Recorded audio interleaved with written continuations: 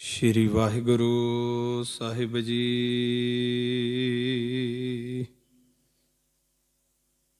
ਮੈਂ ਤਾਣ ਦੀਵਾਨ ਤੂੰ ਹੈ ਮੇਰੇ ਸੁਆਮੀ, ਮੈਂ ਤੁਧ ਆਗੇ ਅਰਦਾਸ। ਮੈਂ ਹੋਰ ਥਾਉ ਨਾਹੀ ਜਿਸ ਪੈ ਕਰੂੰ ਬੇਨੰਤੀ, ਮੇਰਾ ਦੁੱਖ ਸੁੱਖ ਤੁਝ ਹੀ ਪਾਸ।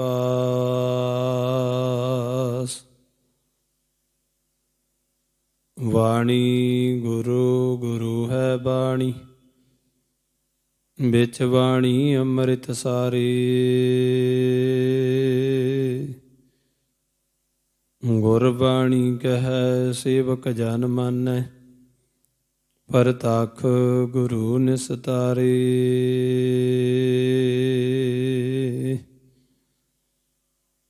ਗੁਰਬਾਣੀ ਕਹੈ ਸੇਵਕ ਜਨ ਮਾਨੈ,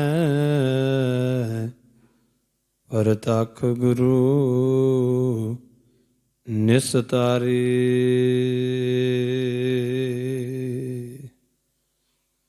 ਜੁਗੋ ਜੁਗ ਅਟਲ ਚਾਬਰ ਛਤਰ ਤਖਤ ਦੇ ਮਾਲਕ, ਦੁਨੀਆ ਦੇ ਸਾਂਝੇ ਰਹਿਬਰ ਸਤਿਗੁਰੂ ਪਾਤਸ਼ਾਹ ਸਾਹਿਬ ਸ੍ਰੀ ਗੁਰੂ ਗ੍ਰੰਥ ਸਾਹਿਬ ਮਹਾਰਾਜ ਜੀ ਦੀ ਪਾਵਨ ਪਵਿੱਤਰ ਨਿੱਘੀ ਗੋਦ ਦੇ ਵਿੱਚ ਬੈਠ ਕੇ ਸਤਿਗੁਰੂ ਜੀ ਦੀ ਪਾਵਨ ਬਾਣੀ ਦਾ ਆਨੰਦ ਮਾਣ ਰਹੇ ਗੁਰੂ ਰੂਪ ਗੁਰੂ ਖਾਲਸਾ ਸਾਧ ਸੰਗਤ ਜੀ। ਆਓ ਸਭ ਤੋਂ ਪਹਿਲਾਂ ਧੰਨ ਧੰਨ ਸਾਹਿਬ ਸ੍ਰੀ ਗੁਰੂ ਗੋਬਿੰਦ ਸਿੰਘ ਸਾਹਿਬ ਮਹਾਰਾਜ ਜੀ ਦਾ ਬਖਸ਼ਿਆ ਫਤਿਹ ਦਾ ਨਾਅਰਾ ਬੁਲੰਦ ਕਰੀਏ। ਸਾਰੀ ਸੰਗਤ ਗੱਜ ਕੇ ਬੁਲਾਓ ਫਤਿਹ ਜੀ, ਆਖੋ ਵਾਹਿਗੁਰੂ ਜੀ ਕਾ ਖਾਲਸਾ ਵਾਹਿਗੁਰੂ ਜੀ ਕੀ ਫਤਿਹ। ਧੰਨ ਗੁਰੂ ਗੋਬਿੰਦ ਸਿੰਘ ਸਾਹਿਬ ਮਹਾਰਾਜ ਜੀ ਦੇ ਵੱਡੇ ਸਾਹਿਬਜ਼ਾਦੇ ਸਾਹਿਬਜ਼ਾਦਾ ਬਾਬਾ ਅਜੀਤ ਸਿੰਘ ਜੀ, ਸਾਹਿਬਜ਼ਾਦਾ ਬਾਬਾ ਜੁਝਾਰ ਸਿੰਘ ਜੀ ਦੀ ਅੱਜ ਦੇ ਦਿਨ 8 ਪੋਹ ਦੇ ਦਿਨ ਦੇ ਵਿੱਚ ਸ਼ਹਾਦਤ ਹੋਈ। ਸਵੇਰ ਦੇ ਸਮੇਂ ਅੱਜ ਅੰਮ੍ਰਿਤ ਵੇਲੇ ਧੰਨ ਗੁਰੂ ਗੋਬਿੰਦ ਸਿੰਘ ਸਾਹਿਬ ਮਹਾਰਾਜ ਜੀ ਨੇ ਜੋ ਜ਼ਫਰਨਾਮੇ ਦੇ ਵਿੱਚ ਦਾਸਤਾਨ ਪੇਸ਼ ਕੀਤੀ ਹੈ, ਉਹ ਦਾਸਤਾਨ ਦੇ ਮੁਤਾਬਕ ਆਪ ਜੀ ਦੇ ਨਾਲ ਵਿਚਾਰ ਸਾਂਝੀ ਕੀਤੀ। ਸਤਿਗੁਰੂ ਜੀ ਨੇ ਜ਼ਫਰਨਾਮੇ ਦੇ ਵਿੱਚ ਬੜਿਆਂ ਦੇ ਨਾਮ ਲੈ ਲੈ ਕੇ ਔਰੰਗਜ਼ੇਬ ਨੂੰ ਲਾਹਣਤਾਂ ਪਾਈਆਂ। ਔਰੰਗਜ਼ੇਬ, ਤੇਰੇ ਨਾਰਖਾਂ ਵਰਗੇ ਵੀ ਇੱਥੇ ਚੜ੍ਹ ਕੇ ਆਏ, ਤੇਰੇ ਖਵਾਜਾ ਮਰਦੂਦ ਵਰਗੇ ਵੀ ਇੱਥੇ ਚੜ੍ਹ ਕੇ ਆਏ, ਤੇਰੇ ਜ਼ਬਰਦਸਤ ਖਾਂ ਵਰਗੇ ਵੀ ਇੱਥੇ ਚੜ੍ਹ ਕੇ ਆਏ, ਪਰ ਗੁਰੂ ਕੇ ਖਾਲਸੇ ਨੇ ਗਿਣਤੀ ਦੇ 40 ਸਿੰਘਾਂ ਨੇ 10 ਲੱਖ ਫੌਜ ਨੂੰ ਮੂੰਹ ਦੀਆਂ ਛਕਾਈਆਂ। ਇੱਥੇ ਸਤਿਗੁਰੂ ਜੀ ਨੇ ਜਦੋਂ ਸਾਹਿਬਜ਼ਾਦਾ ਬਾਬਾ ਅਜੀਤ ਸਿੰਘ ਜੀ ਨੂੰ ਜੰਗ ਦੇ ਮੈਦਾਨ ਦੇ ਵੱਲ ਤੋਰਿਆ, ਉਸ ਸਮੇਂ ਸਤਿਗੁਰੂ ਜੀ ਨੇ ਪਹਿਲੇ ਜਥੇ ਦੀ 8 ਸਿੰਘਾਂ ਦੀ ਅਗਵਾਈ ਕਰਦਿਆਂ ਬਾਬਾ ਅਜੀਤ ਸਿੰਘ ਜੀ ਨੂੰ ਜੰਗ ਦੇ ਮੈਦਾਨ ਦੇ ਵੱਲ ਘੱਤਿਆ, ਤੋਰਿਆ ਸੰਗਤ ਜੀ। ਕਿਉਂਕਿ ਦੁਨੀਆ ਦਾ ਕੋਈ ਵੀ ਇਨਸਾਨ ਗੁਰੂ ਪਾਤਸ਼ਾਹ ਤੇ ਕਿਸੇ ਪ੍ਰਕਾਰ ਦਾ ਕੋਈ ਸ਼ੱਕ ਨਾ ਕਰੇ, ਤਾਂ ਕਰਕੇ ਗੁਰੂ ਗੋਬਿੰਦ ਸਿੰਘ ਮਹਾਰਾਜ ਜੀ ਨੇ ਪਹਿਲਾਂ ਆਪਣੇ ਜਿਗਰ ਦੇ ਟੋਟੇ ਨੌਜਵਾਨ ਪੁੱਤਰ ਨੂੰ, ਜਿਹੜਾ ਚੜ੍ਹਦੀ ਜਵਾਨੀ ਦੇ ਵਿੱਚ ਸੀ, ਬਾਬਾ ਅਜੀਤ ਸਿੰਘ ਜੀ ਨੂੰ ਆਵਾਜ਼ ਮਾਰੀ। ਸਤਿਗੁਰੂ ਜੀ ਕਹਿੰਦੇ, ਪੁੱਤਰਾ ਜੰਗ ਦੇ ਮੈਦਾਨ ਦੇ ਵਿੱਚ ਜੂਝਣ ਵਾਸਤੇ ਤਿਆਰੀ ਕਰ। ਇੱਥੇ ਸਿੰਘਾਂ ਨੇ ਬੜੀਆਂ ਗੁਰੂ ਪਾਤਸ਼ਾਹ ਜੀ ਦੇ ਅੱਗੇ ਬੇਨਤੀਆਂ ਕੀਤੀਆਂ, ਸੱਚੇ ਪਾਤਸ਼ਾਹ ਹਜੇ ਅਸੀਂ ਹਾਂ ਆਪ ਜੀ ਦੇ ਨਾਲ ਖੜਨ ਵਾਸਤੇ, ਬੱਚਿਆਂ ਨੂੰ ਪਹਿਲਾਂ ਜੰਗ ਦੇ ਮੈਦਾਨ ਦੇ ਵਿੱਚ ਨਹੀਂ ਤੋਰਨਾ। ਨਾਲੇ ਕਿ ਸੰਗਤ ਜੀ, ਮੌਤ ਦਾ ਸਭ ਨੂੰ ਪਤਾ ਸੀ ਵੀ 10 ਲੱਖ ਫੌਜ ਦਾ ਘੇਰਾ ਹੈ, ਗਿਣਤੀ ਦੇ 40 ਸਿੰਘਾਂ, ਸ਼ਹਾਦਤ ਸਾਰਿਆਂ ਨੇ ਪ੍ਰਾਪਤ ਕਰਨੀ ਹੈ। ਪਰ ਫਿਰ ਵੀ ਸਭ ਨੇ ਕਿਹਾ, ਨਹੀਂ ਪਾਤਸ਼ਾਹ, ਪਹਿਲਾਂ ਬੱਚਿਆਂ ਨੂੰ ਕਿਉਂ ਤੋਰਦੇ ਹੋ, ਪਹਿਲਾਂ ਅਸੀਂ ਹਾਂ ਅਸੀਂ ਜਾਵਾਂਗੇ ਜੰਗ ਦੇ ਮੈਦਾਨ ਦੇ ਵੱਲ। ਗੁਰੂ ਪਾਤਸ਼ਾਹ ਕਹਿੰਦੇ, ਨਹੀਂ ਭਾਈ ਸਿੰਘੋ, ਪਹਿਲਾਂ ਸਾਡਾ ਵੱਡਾ ਪੁੱਤਰ ਅਜੀਤ ਸਿੰਘ ਆਪ ਜੀ ਦੀ ਅਗਵਾਈ ਕਰਦਾ, ਜਥੇ ਦੀ ਅਗਵਾਈ ਕਰਦਾ ਜਾਵੇਗਾ, ਕੱਲ੍ਹ ਨੂੰ ਕੋਈ ਦੁਨੀਆ ਦਾ ਇਹ ਨਾ ਕਹੇ ਵੀ ਗੁਰੂ ਗੋਬਿੰਦ ਸਿੰਘ ਨੇ ਆਪਦੇ ਪੁੱਤਰਾਂ ਨੂੰ ਬਚਾਇਆ ਤੇ ਬਗਾਨੀਆਂ ਮਾਵਾਂ ਦੇ ਪੁੱਤਾਂ ਨੂੰ ਜੰਗ ਦੇ ਮੈਦਾਨ ਦੇ ਵਿੱਚ ਤੋਰ ਦਿੱਤਾ। ਸਤਿਗੁਰੂ ਜੀ ਨੇ ਆਪਦੇ ਵੱਡੇ ਪੁੱਤਰ ਨੂੰ ਕੋਲ ਬੁਲਾਇਆ। ਸਤਿਗੁਰਾਂ ਨੇ ਸ਼ਸਤਰਾਂ ਦੇ ਨਾਲ ਸਜਾ ਦਿੱਤਾ, ਜਿਵੇਂ ਲਾੜੇ ਨੂੰ ਸਜਾਉਂਦੇ ਹਾਂ ਸੰਗਤ ਜੀ ਅਸੀਂ ਵਿਆਹ ਵਾਲੇ ਦਿਨ। ਲਾੜੇ ਦੀ ਤਿਆਰੀ ਹੁੰਦੀ ਹੈ। ਗੁਰੂ ਗੋਬਿੰਦ ਸਿੰਘ ਮਹਾਰਾਜ ਜੀ ਨੇ ਲਾੜੀ ਮੌਤ ਵਿਆਹੁਣ ਵਾਸਤੇ ਆਪਦੇ ਪੁੱਤਰਾਂ ਨੂੰ ਉੱਦਾਂ ਸਜਾਇਆ। ਤੇ ਧੰਨ ਗੁਰੂ ਗੋਬਿੰਦ ਸਿੰਘ ਮਹਾਰਾਜ ਜੀ ਨੇ ਤੀਰਾਂ ਵਾਲਾ ਭੱਥਾ ਆਪ ਸਾਹਿਬਜ਼ਾਦਾ ਬਾਬਾ ਅਜੀਤ ਸਿੰਘ ਜੀ ਦੇ ਲਾਇਆ, ਹੱਥ ਦੇ ਵਿੱਚ ਕਮਾਨ ਫੜਾਈ, ਨੇਜਾ ਗੁਰੂ ਪਾਤਸ਼ਾਹ ਜੀ ਨੇ ਹੱਥ ਦੇ ਵਿੱਚ ਦਿੱਤਾ, ਸ਼ਸਤਰ ਤਲਵਾਰਾਂ ਤੱਕ ਗੁਰੂ ਪਾਤਸ਼ਾਹ ਜੀ ਨੇ ਪਹਿਨਾ ਦਿੱਤੀਆਂ। ਤੇ ਪਾਤਸ਼ਾਹ ਨੇ ਕਹਿੰਦੇ ਜਾਂਦਿਆਂ ਸਮੇਂ ਜਦੋਂ ਪੁੱਤਰ ਨੇ ਬਿਲਕੁਲ ਤਿਆਰੀ ਕੀਤੀ ਨਾ, ਤੇ ਧੰਨ ਗੁਰੂ ਗੋਬਿੰਦ ਸਿੰਘ ਮਹਾਰਾਜ ਜੀ ਨੇ ਆਪਦੇ ਪੁੱਤਰ ਦਾ ਮੂੰਹ ਚੁੰਮਿਆ। ਤੇ ਸਤਿਗੁਰੂ ਜੀ ਨੇ ਮੂੰਹ ਚੁੰਮ ਕੇ ਕਿਹਾ, ਪੁੱਤਰ ਜੀ ਕਿਸੇ ਪ੍ਰਕਾਰ ਦਾ ਮਨ ਦੇ ਵਿੱਚ ਡਰ ਰੱਖ ਕੇ ਦੁਸ਼ਮਣ ਦੇ ਅੱਗੇ ਨਹੀਂ ਖੜਨਾ। ਪਾਤਸ਼ਾਹ ਨੇ ਕਿਹਾ, ਚੁੰਕਾਰ ਅਜਹਮਾ ਹੀਲਤੇ ਦਰਗੁਜਸਤ ਹਲਾਲ ਅਸਤ ਮੁਰਦਨ ਵਾ ਸ਼ਮਸ਼ੀਰ ਦਸਤ। ਮਹਾਰਾਜ ਕਹਿੰਦੇ ਦੇਖੋ, ਕਿਸੇ ਪ੍ਰਕਾਰ ਦਾ ਡਰ ਲੈ ਕੇ ਜੰਗ ਦੇ ਮੈਦਾਨ 'ਚ ਨਹੀਂ ਉਤਰਨਾ। ਇੰਨੀ ਵੀਰਤਾ, ਇੰਨੀ ਕਠੋਰਤਾ ਦੇ ਨਾਲ ਜੰਗ ਲੜਨੀ ਹੈ, ਦੁਸ਼ਮਣਾਂ ਨੂੰ ਪਤਾ ਚੱਲ ਜਾਵੇ ਵੀ ਗੁਰੂ ਗੋਬਿੰਦ ਸਿੰਘ ਮਹਾਰਾਜ ਜੀ ਦੇ ਪੁੱਤਰ ਤੇ ਗੁਰੂ ਗੋਬਿੰਦ ਸਿੰਘ ਮਹਾਰਾਜ ਜੀ ਦੇ ਸਿੰਘ ਕਿਵੇਂ ਜੰਗ ਲੜਦੇ ਆ। ਤੇ ਸਾਹਿਬਜ਼ਾਦਾ ਬਾਬਾ ਅਜੀਤ ਸਿੰਘ ਜੀ ਨੇ ਜਵਾਬ ਦਿੱਤਾ, ਪਿਤਾ ਜੀ ਤੁਹਾਡੇ ਤੋਂ ਮੈਂ ਸ਼ਸਤਰ ਵਿੱਦਿਆ ਪ੍ਰਾਪਤ ਕੀਤੀ ਹੈ। ਬਾਬਾ ਜੀਵਨ ਸਿੰਘ ਜੀ ਭਾਈ ਜੈਤਾ ਜੀ ਦੇ ਕੋਲੋਂ ਘੋੜਸਵਾਰੀ ਸ਼ਸਤਰ ਵਿੱਦਿਆ ਸਿੱਖੀ ਹੈ। ਤੇ ਮਹਾਰਾਜ ਤੁਹਾਡੀ ਦਿੱਤੀ ਹੋਈ ਸਿੱਖਿਆ ਨੂੰ ਮੈਂ ਕਿਵੇਂ ਭੁੱਲ ਸਕਦਾ ਹਾਂ।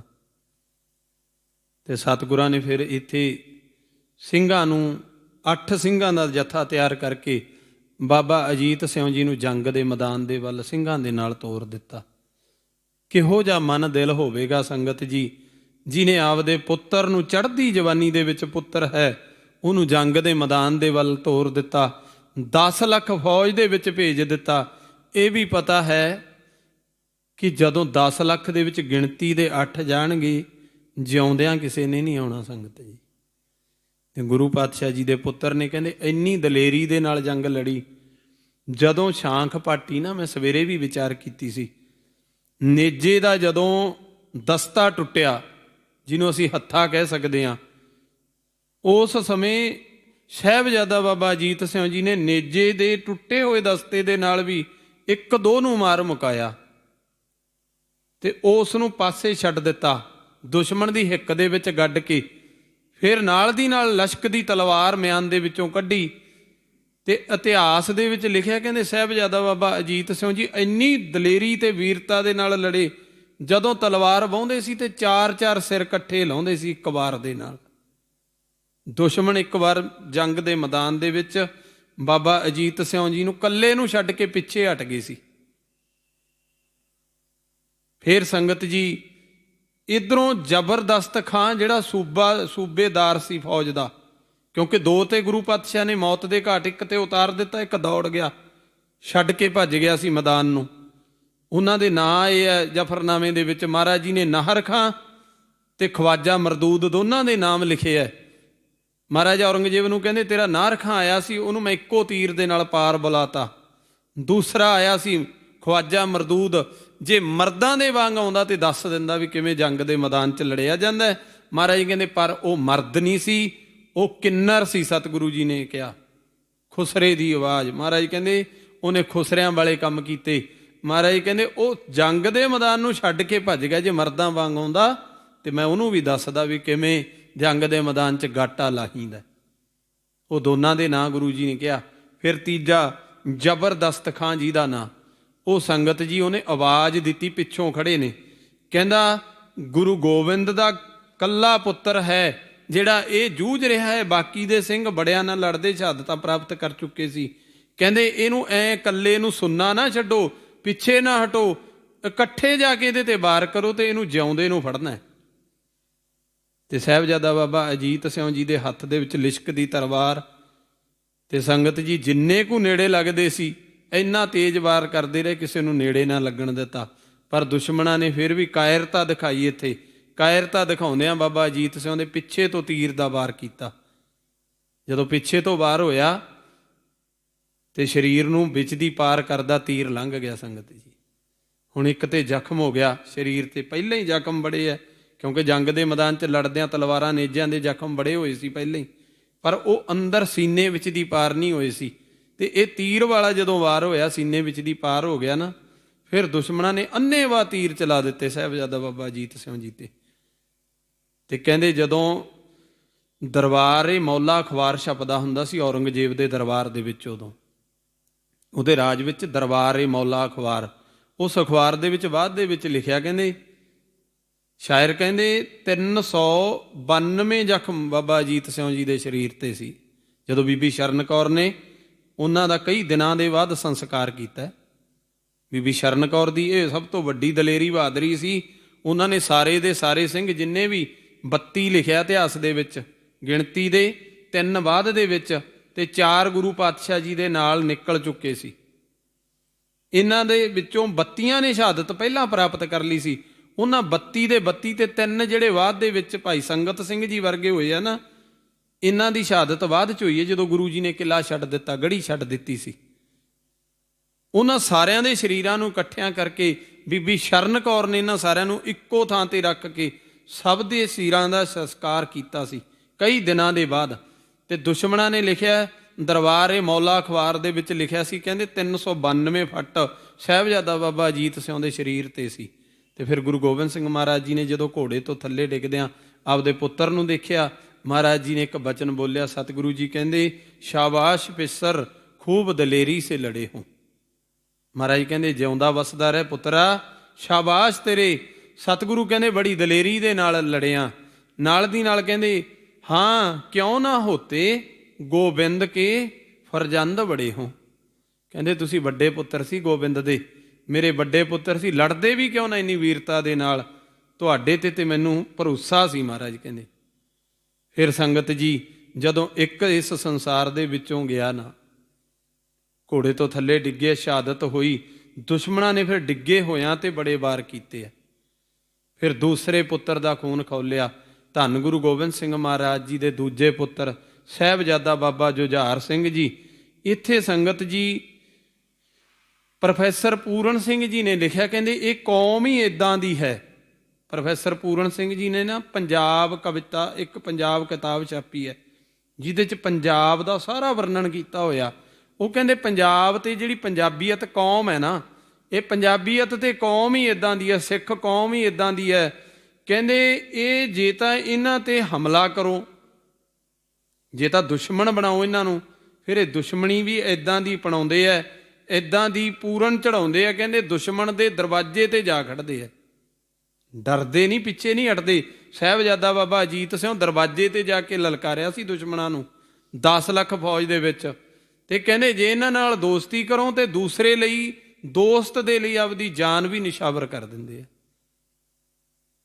ਤੇ ਫਿਰ ਕੀ ਹੋਇਆ? ਕਹਿੰਦੇ ਫਿਰ ਜਦੋਂ ਗੁਰੂ ਜੀ ਦੇ ਦੂਸਰੇ ਪੁੱਤਰ ਨੇ ਆ ਕੇ ਗੁਰੂ ਜੀ ਦੇ ਅੱਗੇ ਬੇਨਤੀ ਕੀਤੀ ਨਾ, ਤੇ ਸਤਿਗੁਰੂ ਜੀ ਦੇ ਅੱਗੇ ਕਹਿਣ ਲੱਗਾ, ਬਾਈ ਸੇ ਵਿਛੜ ਕਰ ਹਮੇ ਨਹੀਂ ਬਹਤਾ। ਕਹਿੰਦੇ ਭਰਾ ਨਾਲੋਂ ਵਿਛੜ ਕੇ ਗੁਰੂ ਪਿਤਾ ਜੀ ਸਾਨੂੰ ਚੰਗਾ ਨਹੀਂ ਲੱਗਦਾ। ਭਾਈ ਸੇ ਵਿਛੜ ਕਰ ਹਮੇ ਨਹੀਂ ਬਾਤਾ, ਪਾਨਾ ਨਹੀਂ ਪੀਨਾ ਨਹੀਂ ਸੋਨਾ ਨਹੀਂ ਆਤਾ। ਕਹਿੰਦੇ ਨਾ ਤਾਂ ਪਹਿਨਣਾ ਚੰਗਾ ਲੱਗਦਾ, ਨਾ ਕੋਈ ਖਾਣਾ ਪੀਣਾ ਚੰਗਾ ਲੱਗਦਾ, ਤੇ ਨਾ ਸੋਣਾ ਚੰਗਾ ਲੱਗਦਾ। ਭਰਾ ਤੋਂ ਬਿਨਾਂ ਨੀਂਦ ਵੀ ਨਹੀਂ ਆਉਣੀ ਸਾਨੂੰ, ਕਿਉਂਕਿ ਬਚਪਨ ਤੋਂ ਦੋਨਾਂ ਦਾ ਪਿਆਰ ਹੀ ਇੰਨਾ, ਛੋਟਿਆਂ ਨਾਲ ਪਿਆਰ ਹੀ ਇੰਨਾ ਲੜਾਇਆ ਸੀ, ਚਾਰਾਂ ਭਰਾਵਾਂ ਦਾ ਆਪਸ ਵਿੱਚ ਰਿਸ਼ਤਾ ਹੀ ਇੰਨਾ ਗੂੜਾ ਪਿਆਰ ਸੀ। ਕਹਿੰਦੇ ਭਾਈ ਸੇ ਵਿਛੜ ਕਰ ਹਮੇ ਨਹੀਂ ਬਾਤਾ, ਪਾਨਾ ਨਹੀਂ ਪੀਨਾ ਨਹੀਂ ਸੋਨਾ ਨਹੀਂ ਆਤਾ। ਗੁਰੂ ਜੀ ਨੇ ਅੱਗੋਂ ਜਵਾਬ ਦਿੱਤਾ, ਗੁਰੂ ਪਾਤਸ਼ਾਹ ਜੀ ਕਹਿੰਦੇ ਲੋ ਦੇਤੇ ਹੈ ਖੰਜਰ ਇਸੇ ਤੁਮ ਪੀਰ ਸਮਝਣਾ। ਮਹਾਰਾਜ ਜੀ ਨੇ ਕਹਿੰਦੇ ਇੱਕ ਖੰਜਰ ਕੱਢਿਆ ਆਪਦੇ ਮਿਆਨ ਦੇ ਵਿੱਚੋਂ, ਤੇ ਗੁਰੂ ਪਾਤਸ਼ਾਹ ਨੇ ਆਪਦੇ ਛੋਟੇ ਪੁੱਤਰ ਨੂੰ ਦੇ ਦਿੱਤਾ। ਇੱਥੇ ਸੰਗਤ ਜੀ ਗੁਰੂ ਪਾਤਸ਼ਾਹ ਜੀ ਨੇ ਦੂਜਾ ਬਚਨ ਬੋਲਿਆ ਸੀ। ਮਹਾਰਾਜ ਜੀ ਕਹਿੰਦੇ ਜੁਝਾਰ ਸਿਆਂ ਤੂੰ ਬਿਨਾਂ ਬੁਲਾਇਆ ਆ ਕੇ ਜੰਗ ਦੇ ਮੈਦਾਨ ਲਈ ਤਿਆਰ ਹੋਇਆ। ਸਤਿਗੁਰੂ ਜੀ ਕਹਿੰਦੇ ਦੁਨੀਆ ਦੇ ਵਿੱਚ ਸਾਡੀ ਕੌਮ ਦੇ ਵਿੱਚੋਂ ਇੱਦਾਂ ਦੇ ਪੈਦਾ ਹੋਣਗੇ ਯੋਧੇ ਬਿਨਾਂ ਬੁਲਾਇਆ ਆ ਕੇ ਖੜ ਜਿਆ ਕਰਨਗੇ। ਅੱਜ ਦਿੱਲੀ ਦੇ ਵਿੱਚ ਖੜੇ ਆ ਨਾ ਸੰਗਤ ਜੀ, ਕੀ ਕੋਈ ਘਰੋਂ ਬੁਲਾ ਕੇ ਲੈ ਕੇ ਗਿਆ ਵੀ ਚੱਲੋ? ਜਿਹੜੇ ਕੌਮ ਦੀ ਵੀਰਤਾ ਦਿਖਾਉਣ ਵਾਲੇ ਆ, ਕੌਮ ਦੇ ਯੋਧੇ ਅੱਜ ਵੀ ਖੜਦੇ ਆ। ਮਹਾਰਾਜ ਜੀ ਦੇ ਬਚਨ ਹੋਏ ਸੀ ਉੱਥੇ ਜੁਝਾਰ ਸਿੰਘ ਜੀ ਨਾਲ ਗੜ੍ਹੀ ਦੇ ਵਿੱਚ। ਕਹਿੰਦੇ ਜੁਝਾਰ ਸਿਆਂ ਤੂੰ ਬਿਨਾਂ ਬੁਲਾਇਆ ਜੰਗ ਦੇ ਮੈਦਾਨ 'ਚ ਜਾਣ ਲਈ ਤਿਆਰ ਹੋਇਆ, ਤੇਰੇ ਵਰਗੇ ਯੋਧੇ ਸਾਡੀ ਕੌਮ 'ਚ ਪੈਦਾ ਹੋਣਗੇ ਜਿਹੜੇ ਬਿਨਾਂ ਬੁਲਾਇਆ ਆਇਆ ਕਰਨਗੇ। ਤੇ ਮਹਾਰਾਜ ਜੀ ਨੇ ਇੱਥੇ ਕਿਹਾ, ਕਹਿੰਦੇ ਲੋ ਦੇਤੇ ਹੈ ਖੰਜਰ ਇਸੇ ਤੁਮ ਪੀਰ ਸਮਝਣਾ, ਨੇਜੋਂ ਕੀ ਜਗ੍ਹਾ ਦਾਦਾ ਕਾ ਤੁਮ ਤੀਰ ਸਮਝਣਾ। ਕਹਿੰਦੇ ਜਿਹੜੇ ਨੇਜੇ ਆ ਨਾ, ਵਰਸ਼ਾ ਕਹਿ ਦਿੰਦੇ ਅਸੀਂ, ਮਹਾਰਾਜ ਕਹਿੰਦੇ ਉਹਦੀ ਥਾਂ ਤੇ ਗੁਰੂ ਜੀ ਨੇ ਇੱਕ ਤੀਰ ਦਿੱਤਾ। ਕਹਿੰਦੇ ਇਹਨੂੰ ਆਪਦੇ ਦਾਦੇ ਦਾ ਤੂੰ ਤਲਵਾਰ ਸਮਝ ਕੇ, ਨੇਜਾ ਸਮਝ ਕੇ ਲੈ ਕੇ ਜਾਈਂ ਜੰਗ ਦੇ ਮੈਦਾਨ 'ਚ। ਨੇਜੋਂ ਕੀ ਜਗ੍ਹਾ ਦਾਦਾ ਕਾ ਤੁਮ ਤੀਰ ਸਮਝਣਾ, ਜਿਤਨੇ ਮਰੇ ਇਨਸੇ ਉਨਹੇ ਬੇਪੀਰ ਸਮਝਣਾ। ਮਹਾਰਾਜ ਕਹਿੰਦੇ ਜਿੰਨਿਆਂ ਨੂੰ ਇਹਨਾਂ ਨਾਲ ਮਾਰੇਗਾ ਨਾ, ਉਹਨਾਂ ਦਾ ਕੋਈ ਰੱਬ ਨਹੀਂ, ਉਹ ਕੋਈ ਚੰਗੇ ਨਹੀਂ। ਉਹਨਾਂ ਨੇ ਰੱਬ ਦੀਆਂ ਕਸਮਾਂ ਖਾ ਖਾ ਕੇ ਸਾਡੇ ਨਾਲ ਧੋਖਾ ਕਮਾਇਆ। ਕਿਸੇ ਤੇ ਦਇਆ ਨਹੀਂ ਕਰਨੀ ਪੁੱਤਰ ਜੀ, ਜੰਗ ਦੇ ਮੈਦਾਨ ਦੇ ਵਿੱਚ ਜੂਝਣਾ ਤਾਂ ਵੀਰਤਾ ਦੇ ਨਾਲ ਜੂਝਣਾ। ਦੂਜੇ ਪੁੱਤਰ ਨੂੰ ਵੀ ਕਹਿ ਦਿੱਤਾ। ਤੇ ਸਤਿਗੁਰੂ ਜੀ ਨੇ ਫਿਰ ਅੱਗੇ ਕਿਹਾ, ਮਹਾਰਾਜ ਕਹਿੰਦੇ ਜ਼ਖਮ ਆਏ ਤੋਂ ਰੋਣਾ ਨਹੀਂ, ਦਲਗੀਰ ਸਮਝਣਾ। ਮਹਾਰਾਜ ਕਹਿੰਦੇ ਜੇਕਰ ਤੇਰੇ ਫੱਟ ਲੱਗਣਗੇ ਨਾ, ਜ਼ਖਮ ਹੋਣਗੇ ਸਰੀਰ ਤੇ, ਮਹਾਰਾਜ ਕਹਿੰਦੇ ਘਬਰਾਉਣਾ ਨਹੀਂ ਪੁੱਤਰ ਜੀ, ਰੋਣ ਨਹੀਂ ਲੱਗ ਜਾਣਾ ਉੱਥੇ। ਕਹਿੰਦੇ ਉੱਥੇ ਦਲਗੀਰ ਸਮਝਣਾ, ਆਪਦੇ ਦਿਲ ਨੂੰ ਉੱਥੇ ਤਕੜਾ ਰੱਖਣਾ। ਫਿਰ ਸਤਿਗੁਰੂ ਜੀ ਕਹਿੰਦੇ ਜਬ ਤੀਰ ਕਲੇਜੇ ਮੇ ਲਗੇ ਸੀ ਨਹੀਂ ਕਰਨਾ, ਕਹਿੰਦੇ ਉਫ ਮੂੰਹ ਸੇ ਮੇਰੀ ਜਾਨ ਕਵੀ ਨਹੀਂ ਵਰਨਾ। ਕਹਿੰਦੇ ਜਦੋਂ ਤੀਰ ਕਲੇਜੇ ਦੇ ਵਿੱਚ ਵੱਜੂ ਨਾ, ਤੇਰੇ ਨੇਜਾ ਵੱਜਣਾ। ਕਿਉਂਕਿ ਪਤਾ ਸੀ ਸੰਗਤ ਜੀ, ਜੰਗ ਦੇ ਮੈਦਾਨ 'ਚ ਜਾ ਕੇ ਕਿਸੇ ਨੇ ਲਿਹਾਜ਼ ਤੇ ਕਰਨੀ ਨਹੀਂ। ਸਤਿਗੁਰੂ ਜੀ ਕਹਿੰਦੇ ਜਬ ਤੀਰ ਕਲੇਜੇ ਮੇ ਲਗੇ ਸੀ ਨਹੀਂ ਕਰਨਾ। ਆਪਦੇ ਪੁੱਤਰ ਨੂੰ ਸਮਝਾਉਂਦੇ ਆ ਮਹਾਰਾਜ। ਫਿਰ ਕੀ ਕਹਿੰਦੇ ਜੁਝਾਰ ਸਿਆਂ ਉਫ ਮੂੰਹ ਸੇ ਮੇਰੀ ਜਾਨ ਕਵੀ ਨਹੀਂ ਭਰਨਾ। ਕਹਿੰਦੇ ਤੇਰੇ ਮੂੰਹ ਦੇ ਵਿੱਚੋਂ ਕਦੇ ਉਫ ਦੀ ਆਵਾਜ਼ ਨਾ ਆਵੇ। ਜੇ ਲੜਨਾ ਤਾਂ ਵੀਰਤਾ ਦੇ ਨਾਲ ਜੰਗ ਦੇ ਮੈਦਾਨ ਦੇ ਵਿੱਚ ਲੜਨਾ। ਫਿਰ ਕਹਿੰਦੇ ਜਦੋਂ ਸਾਹਿਬਜ਼ਾਦਾ ਬਾਬਾ ਜੁਝਾਰ ਸਿੰਘ ਜੀ ਨੂੰ ਤੋਰ ਦਿੱਤਾ ਨਾ, ਤੇ ਤੋਰਨ ਲੱਗੇ ਆ, ਮੂੰਹ ਚੁੰਮਿਆ ਆਪਦੇ ਪੁੱਤਰ ਦਾ, ਘੋੜੇ ਤੇ ਸਜਾ ਦਿੱਤਾ ਆਪਦੇ ਪੁੱਤਰ ਨੂੰ। ਕਹਿੰਦੇ ਬਾਬਾ ਜੁਝਾਰ ਸਿੰਘ ਜੀ ਤੁਰਦੇ ਤੁਰਦੇ ਗੜ੍ਹੀ ਦੇ ਦਰਵਾਜ਼ੇ ਤੋਂ ਵਾਪਸ ਘੋੜਾ ਮੋੜ ਲਿਆ ਸੀ। ਤੇ ਜਦੋਂ ਵਾਪਸ ਘੋੜਾ ਮੋੜਿਆ ਨਾ, ਤੇ ਗੁਰੂ ਗੋਬਿੰਦ ਸਿੰਘ ਮਹਾਰਾਜ ਜੀ ਕਹਿੰਦੇ ਪੁੱਤਰ ਜੀ ਕਿਉਂ ਦੁਸ਼ਮਣ ਦੇ ਸਾਹਮਣੇ ਜਾਣ ਤੋਂ ਡਰ ਲੱਗਦਾ?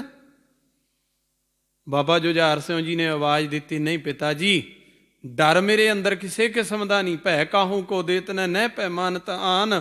ਆਪ ਜੀ ਦੇ ਬਚਨ ਨੇ, ਖਾਲਸਾ ਕਿਸੇ ਨੂੰ ਡਰ ਦਿੰਦਾ ਨਾ ਕਿਸੇ ਦਾ ਡਰ ਸਹਿੰਦਾ। ਭੈ ਕਾਹੂ ਕੋ ਦੇਤ ਨਹਿ ਪੈਮਾਨਤ ਆਨ। ਕਹਿੰਦੇ ਨਾ ਅਸੀਂ ਕਿਸੇ ਦਾ ਡਰ ਮੰਨਦੇ ਹਾਂ ਤੇ ਨਾ ਅਸੀਂ ਕਿਸੇ ਨੂੰ ਡਰ ਦਿੰਦੇ ਹਾਂ। ਤੁਹਾਡੇ ਬਚਨ ਨੇ ਉਹ ਮੇਰੇ ਅਜੇ ਵੀ ਮਨ ਦੇ ਵਿੱਚ ਨੇ। ਸਾਹਿਬਜ਼ਾਦਾ ਬਾਬਾ ਜੁਝਾਰ ਸਿੰਘ ਜੀ ਕਹਿੰਦੇ ਪਿਤਾ ਜੀ ਪਰ ਥੋੜ੍ਹਾ ਜਿਹਾ ਗਲਾ ਸੁੱਕਦਾ ਸੀ। ਮੈਂ ਸੋਚਿਆ ਕੁਝ ਕੁ ਬੂੰਦਾਂ ਪਾਣੀ ਦੀਆਂ ਮੂੰਹ ਦੇ ਵਿੱਚ ਪਾ ਕੇ ਤੁਰ ਪਵਾਂ।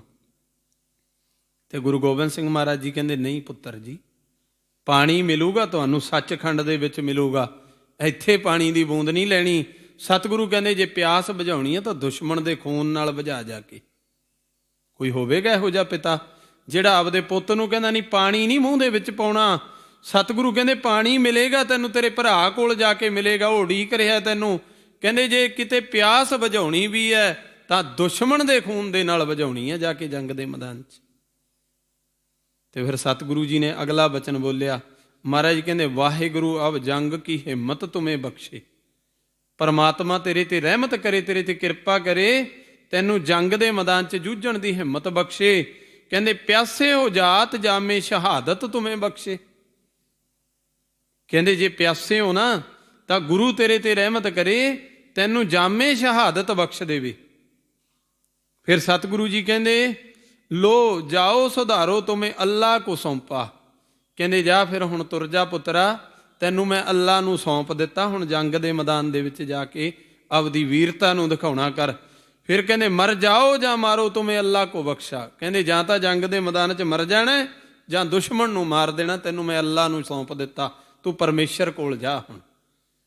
ਫਿਰ ਸਤਿਗੁਰੂ ਜੀ ਨੇ ਕਹਿ ਦਿੱਤਾ ਰੱਬ ਕੋ ਨਾ ਵਿਸਾਰੋ ਤੁਮੇ ਅੱਲਾ ਕੋ ਸੌਂਪਾ, ਸਿੱਖੀ ਕੋ ਉਭਾਰੋ ਤੁਮੇ ਅੱਲਾ ਕੋ ਸੌਂਪਾ।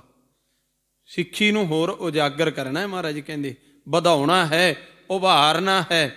ਮੈਂ ਤੁਹਾਨੂੰ ਅੱਲਾ ਨੂੰ ਸੌਂਪ ਦਿੱਤਾ, ਪਰ ਤੁਹਾਡੇ ਪਾਏ ਹੋਏ ਖੂਨ ਸਿੱਖੀ ਦੇ ਬੂਟੇ ਦੀਆਂ ਜੜ੍ਹਾਂ ਦੇ ਵਿੱਚ ਕਿਸੇ ਦਿਨ ਰੰਗ ਲਿਆਉਣਗੇ, ਇਹ ਸਿੱਖੀ ਦਾ ਬੂਟਾ ਹੋਰ ਬੜਾ ਖਿੜ ਜਾਵੇਗਾ। ਅੱਜ ਖਿੜਿਆ ਨਾ ਸੰਗਤ ਜੀ।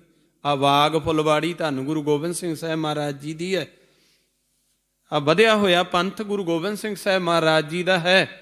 ਤੇ ਸਤਿਗੁਰੂ ਜੀ ਨੇ ਆਪਦੇ ਪੁੱਤਰਾਂ ਦਾ ਖੂਨ ਪਾ ਪਾ ਕੇ ਇਸ ਬੂਟੇ ਨੂੰ, ਸਿੱਖੀ ਦੇ ਨੂੰ ਵੱਡਾ ਕੀਤਾ।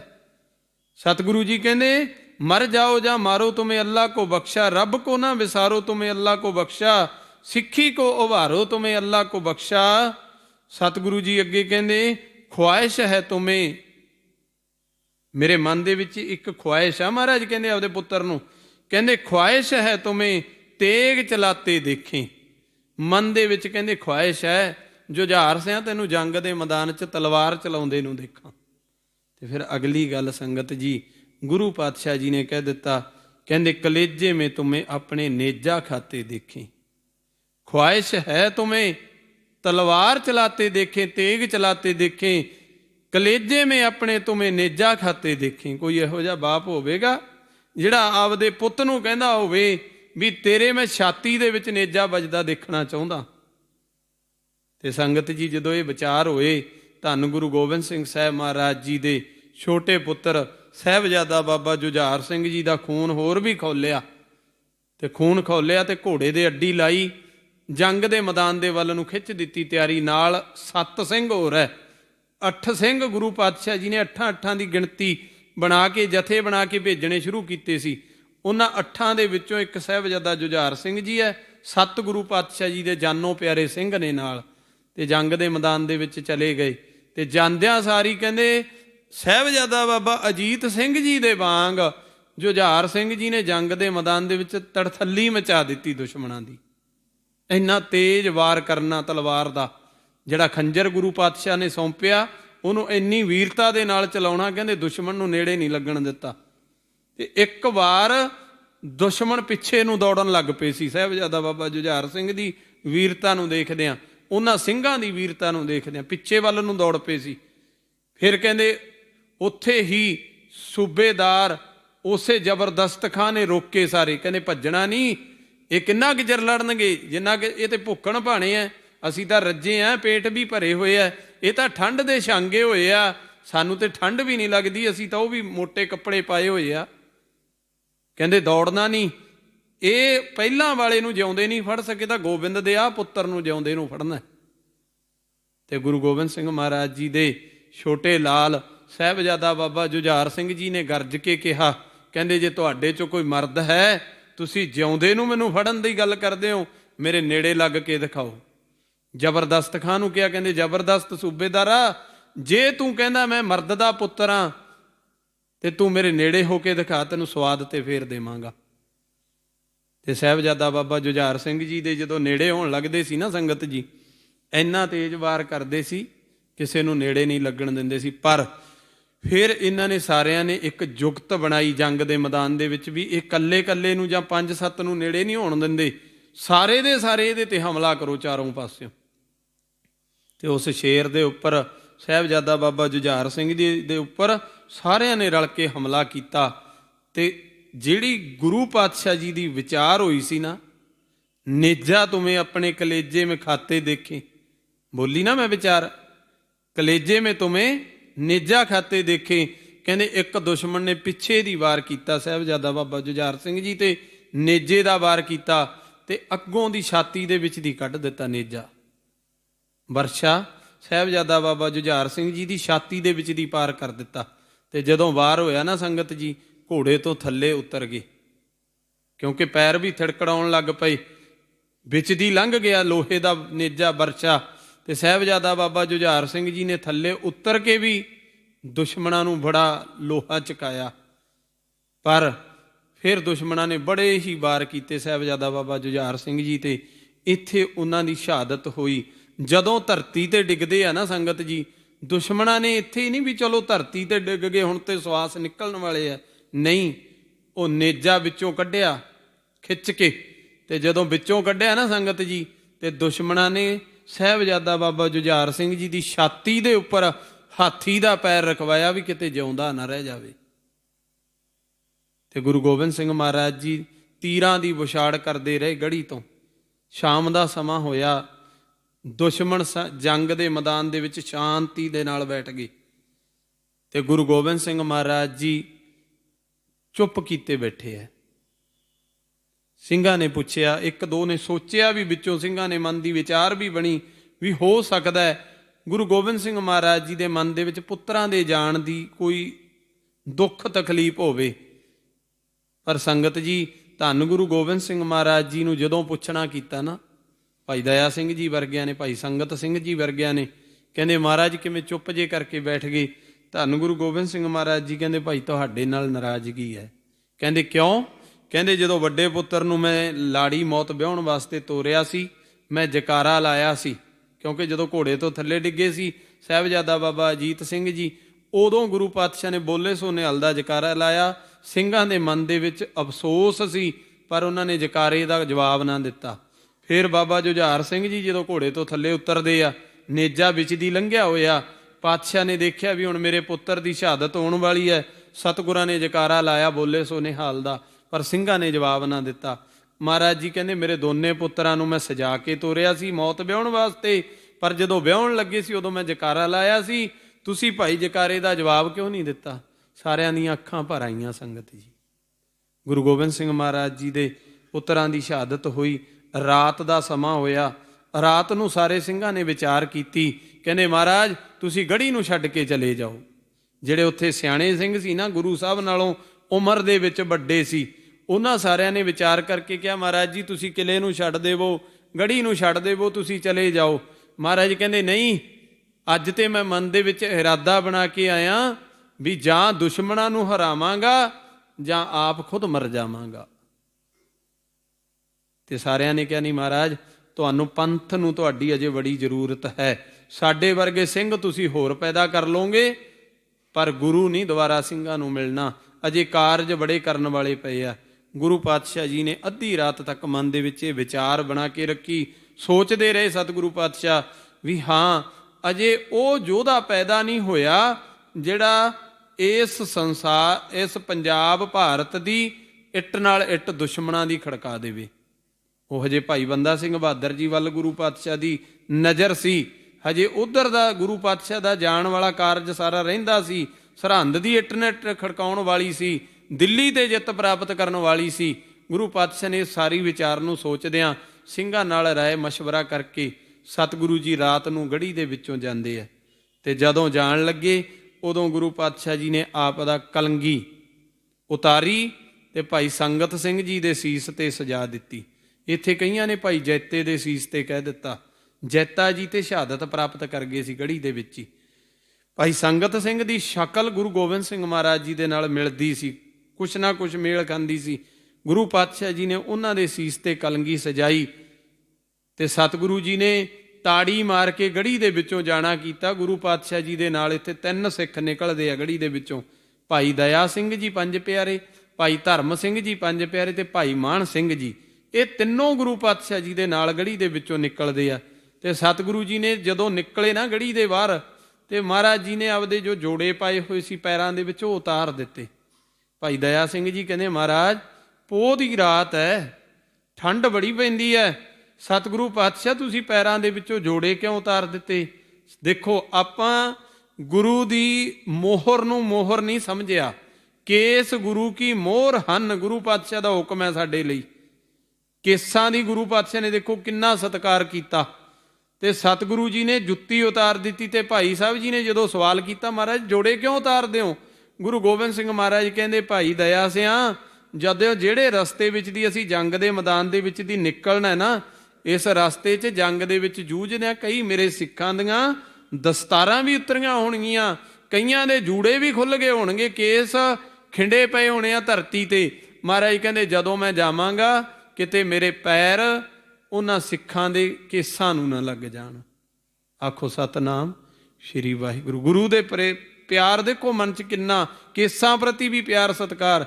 ਮਹਾਰਾਜ ਜੀ ਕਹਿੰਦੇ ਨਹੀਂ ਭਾਈ, ਜਦੋਂ ਮੈਂ ਜਾਵਾਂਗਾ ਕਿਤੇ ਮੇਰੇ ਪੈਰ, ਮੇਰੇ ਚਰਨ ਸਿੱਖਾਂ ਦੇ ਕੇਸਾਂ ਨੂੰ ਨਾ ਲੱਗ ਜਾਣ। ਤੇ ਸਤਿਗੁਰੂ ਜੀ ਨੇ ਨੰਗੇ ਪੈਰੀਂ ਚਾਲੇ ਪਾ ਦਿੱਤੇ।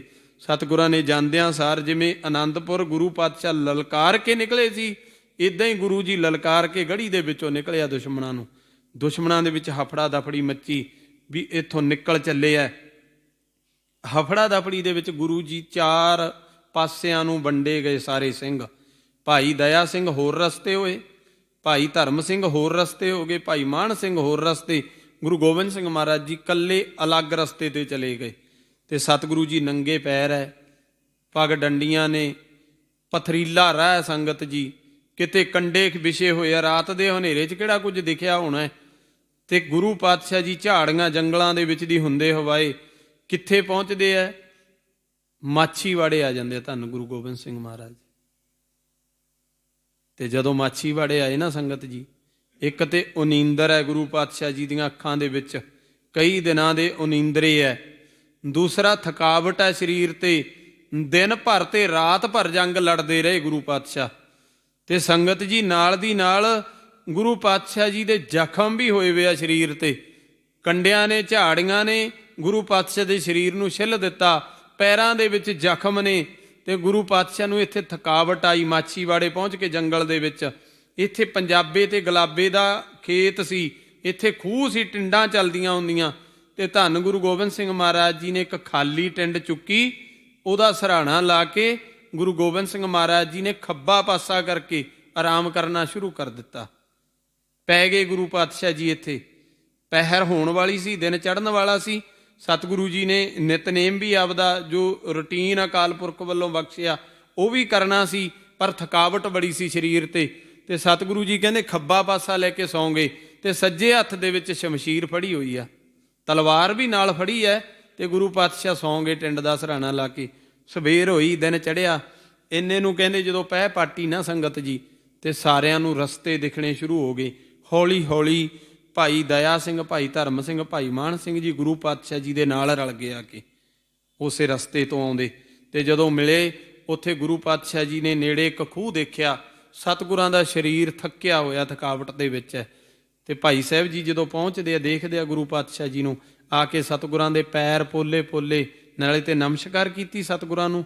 ਸਤਿਗੁਰਾਂ ਅੱਗੇ ਸਿਜਦਾ ਹੋਏ ਸਾਰੇ ਸਿੰਘ, ਨਾਲੇ ਗੁਰੂ ਪਾਤਸ਼ਾਹ ਦੇ ਚਰਨਾਂ ਨੂੰ ਫੜਿਆ ਅਤੇ ਪੋਲਾ ਪੋਲਾ ਮਾਲਿਸ਼ ਕਰਨ ਲੱਗ ਪਏ। ਸੱਚੇ ਪਾਤਸ਼ਾਹ ਜਿਹੜੇ ਮਖਮਲੀ ਪਲੰਘਾਂ 'ਤੇ ਸੌਣ ਵਾਲੇ ਅਤੇ ਜੁੱਤੀਆਂ ਮਖਮਲੀ ਪਹਿਨਣ ਵਾਲੇ, ਅਤੇ ਉਹਨਾਂ ਦੇ ਅੱਜ ਪੈਰ ਨੰਗੇ ਅਤੇ ਛਾਲੇ, ਅਤੇ ਸੱਚੇ ਪਾਤਸ਼ਾਹ ਤੁਹਾਡੇ ਪੈਰਾਂ ਦੇ ਵਿੱਚ ਕੰਡੇ ਵੱਜੇ ਹੋਏ ਆ। ਅਤੇ ਮਹਾਰਾਜ ਜੀ ਦੇ ਚਰਨ ਸਾਫ਼ ਕੀਤੇ, ਅਤੇ ਸਤਿਗੁਰਾਂ ਨੂੰ ਕਹਿੰਦੇ ਖੂਹ ਦੇ ਨੇੜੇ ਲਿਜਾਇਆ ਗਿਆ ਸਹਾਰਾ ਦੇ ਕੇ।